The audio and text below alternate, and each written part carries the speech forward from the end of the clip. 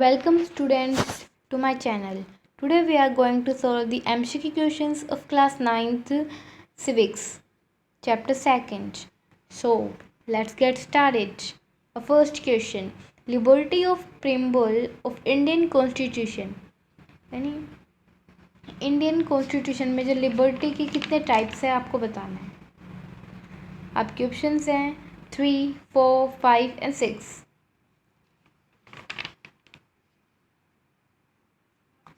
And your right answer will be, students video pause करके अपने answers notebook में लिखिए, फिर वीडियो स्टार्ट करके अपने आंसर्स मैच कीजिए. इससे आपको पता चलेगा कि आपकी कितनी प्रिपरेशन हो गई है और कितना आपको अभी पढ़ना है. So it's right answer is option C 5, जो कि है liberty of thought, liberty of expression, belief, faith and worship. So let's move to the next question. All of us should behave as if we are members of the same family, and no one should treat a fellow citizens as inferior. यानी हम एक दूसरे के साथ ऐसे behave करें कि हम एक ही फैमिली के मेंबर्स हो और कोई इंफीरियर नहीं है, कोई छोटा नहीं है हमसे, कोई गरीब नहीं है. तो ऐसे सिस्टम को हम क्या बोलते हैं? आपके ऑप्शंस हैं equality, liberty and fraternity.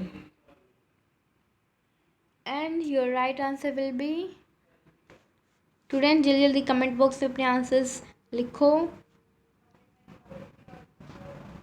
So it's right answer will be option number C, fraternity, भाईचारावाद. ठीक है. So the next question. The bill of rights was borrow to the Indian constitution from. यानी bill of rights Indian constitution में कहाँ से लिया गया है? यानी इंडिया का जो संविधान है उसके अंदर जो ये वाला है द बिल ऑफ राइट्स, ये कहाँ से लिया है हमने? आपके ऑप्शन है Britain, US and France. And your right answer will be option number B, US से लिया है अपन ने.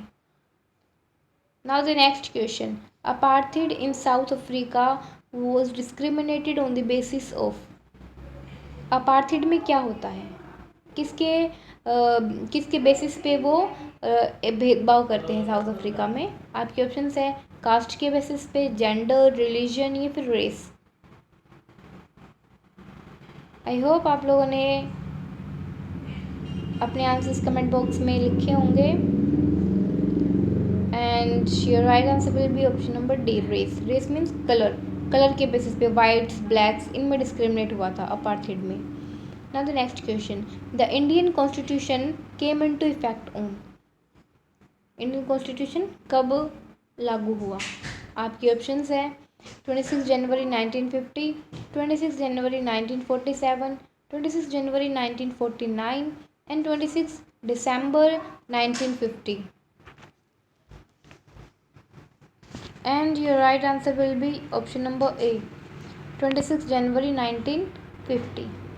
Now the next question. The title of the autobiography written by Nelson Mandela is. Nelson Mandela ने जो अपनी autobiography लिखी थी उसका टाइटल बताना है. आपके ऑप्शन हैं long walk for freedom, the story of my life, running with freedom and a walk in the woods.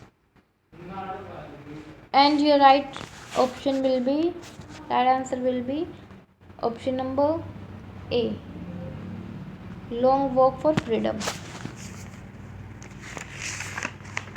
Now the next question. Trains such as schools, colleges, beaches, public toilets were all separate for the whites and blacks. This was called. यानी जितने भी public places हैं, hotel, shops, college, schools, सब whites और blacks के लिए अलग अलग बना दिए गए. यानी इसमें वाइट नहीं आएंगे, इसमें ब्लैक नहीं आएंगे, रेस्ट्रिक्शंस लगा दी गई. तो ऐसे सिस्टम को हम क्या बोलते हैं? आपके ऑप्शंस है apartheid, segregation, Leninism and casteism. And your right answer will be option number B, segregation बोलते हैं इसको. सेग्रीगेशन मीन्स सेपरेशन ही तो हो रहा है, अलग अलग सब कुछ है, वाइट्स के लिए अलग सारा सिस्टम, ब्लैक्स के लिए अलग, ये सेग्रीगेशन है. Now the next question. Which organisation led the struggle against the policies of segregation in South Africa. In South Africa में जो सेग्रीगेशन चल रहा था उसके अगेंस्ट में किसने कौन सी पार्टी ने उसके अगेंस्ट में अपने जो है स्ट्रगल किया था? आपके ऑप्शंस हैं the African national Congress, among south Africa, United democratic movement या फिर national freedom party. And your right answer will be option number A, the African National Congress. Now the next question. When did South Africa become a democratic country? South Africa democratic country कब बनी? आपके option है 26 अप्रैल 1995, 26 अप्रैल 1944, 26 अप्रैल 1996 and 24 March 1994. And your right answer will be option number B, 26 April 1994. Now the next question. The dress of a country is a set of written rules that are accepted by all the people living together in a country. यानी उसको क्या बोलते हैं जो जिसके अंदर बहुत सारे रूल्स लिखे हुए होते हैं और वो सारे रूल्स उस कंट्री में रहने वाले सब लोगों के द्वारा एक्सेप्ट किए जाते हैं, उस चीज़ को हम क्या बोलते हैं? आपके ऑप्शन है preamble, president, constitutional assembly and constitution. And your right answer will be option D, constitution बोलते हैं.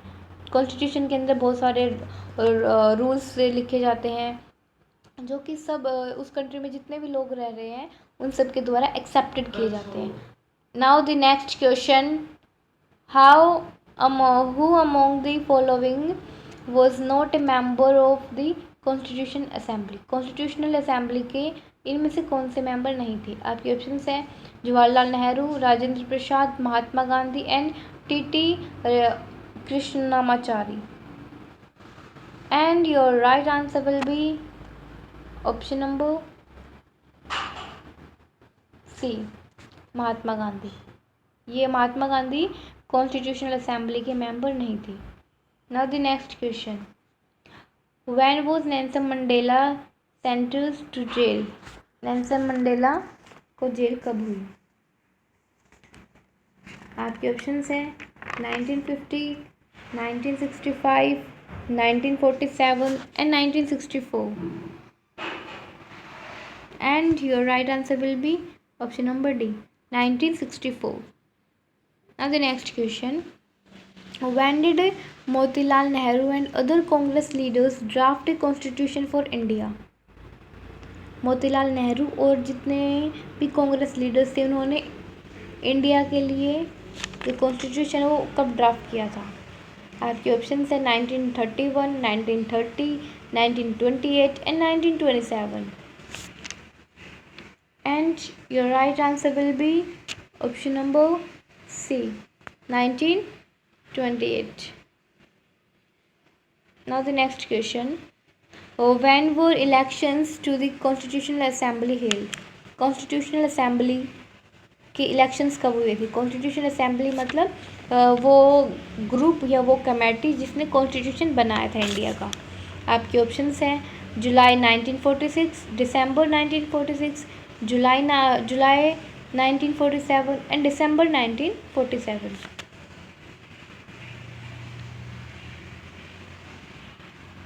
And your right answer will be option number B, दिसंबर 1947 में कॉन्स्टिट्यूशनल असेंबली के जो मेंबर्स थे उनके इलेक्शंस हुए थे. And question 15. How many members had the constitution assembly that wrote the Indian constitution? जो इंडियन कॉन्स्टिट्यूशन असेंबली है जिसने कि इंडियन कॉन्स्टिट्यूशन लिखा था उसमें कितने मेंबर्स थे? आपके ऑप्शंस हैं 199, 290, 300 and 299.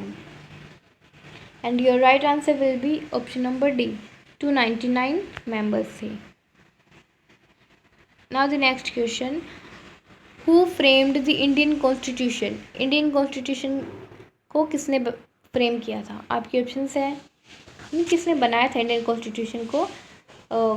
Governor general of India, British parliament, ordinary people and constituent assembly. And your right answer will be option number D, constituent assembly, जिसके इलेक्शंस हुए थे और जिसमें कितने मेंबर्स थे, 299 members. Now the next question, who was the president of the constitution assembly? जो constitution assembly थी जिसने इंडिया के लिए कॉन्स्टिट्यूशन बनाया था, जिसमें 299 मेंबर्स थे, उसका प्रेसिडेंट कौन था? आपके ऑप्शंस है Rajendra Prasad, Jaipal Singh, B R Ambedkar and Baldev Singh. And your right answer will be option number A, Rajendra Prasad. Now the next question, when was the Indian constitution adopted? Indian constitution को अडोप्ट कब किया गया? आपके ऑप्शंस हैं 26 जनवरी 1950, 26 नवंबर 1949 एंड 26 जनवरी 1949 एंड 26 नवंबर 1950। And your right answer will be option number B, 26 नवंबर 1949 में इंडियन कॉन्स्टिट्यूशन को अडोप्ट किया गया था। Now the next question, where was the 1931 session of Indian National Congress held? यानी इंडिया की जो नेशनल कांग्रेस है उसका 1931 में जो सेशन हुआ था वो कहाँ पर हुआ था? आपके ऑप्शंस हैं Kolkata, Delhi, Karachi and Gujarat. And your right answer will be option C, Karachi. Now the next question, how many years did South Africa take to make its constitution? South Africa ने कितने ईयर्स लिए थे अपने कॉन्स्टिट्यूशन बनाने में? आपके ऑप्शन है 4 years, 3 years, 2 years and 1 year। And your right answer will be option B, 2 years। 2 साल में उन्होंने अपना कॉन्स्टिट्यूशन बनाया था। Now the next question, Who was the chairman of the drafting committee of the Indian Constitution? Indian constitution की जो drafting committee थी उसके चेयरमैन कौन थे?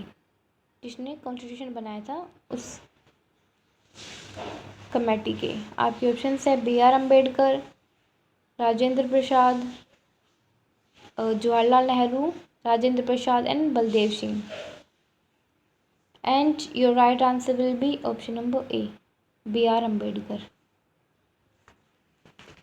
So that's all for today students. I hope you like this video. Please subscribe my channel for more such videos that help you in your examination and for quick review.